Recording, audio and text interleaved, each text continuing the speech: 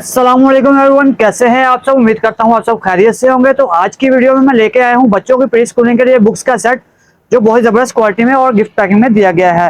ये है ये junior library early education books का सेट, जिसमें 10 किताबें दी गई हैं बच्चों की अर्ली एजुकेशन के लिए और प्री स्कूलिंग के लिए। जिसमें मिलती है फ्रूट वेजिटेबल वर्कबुक। इस तरह से आप इस पर लिख कर अरेज भी कर सकते हैं। इसके साथ बोर्ड मार्कर भी दिया गया है। इस तरह से आप लिख के इजीली अरेज भी कर सकते हैं। तो इसके बाद हमारे पास है जी शेप कलर वर्कबुक, इस तरह से। और उसके बाद आगे है जी अलिफ बी जिम एक्टिविटीज, ये एक्टिविटी बुक है। और उसके बाद 1 2 3 नंबर वर्कबुक, इस तरह से। आप इन सब पे व्हाइट बोर्ड मार्कर यूज कर सकते हैं और बाद में अरेज भी कर सकते हैं।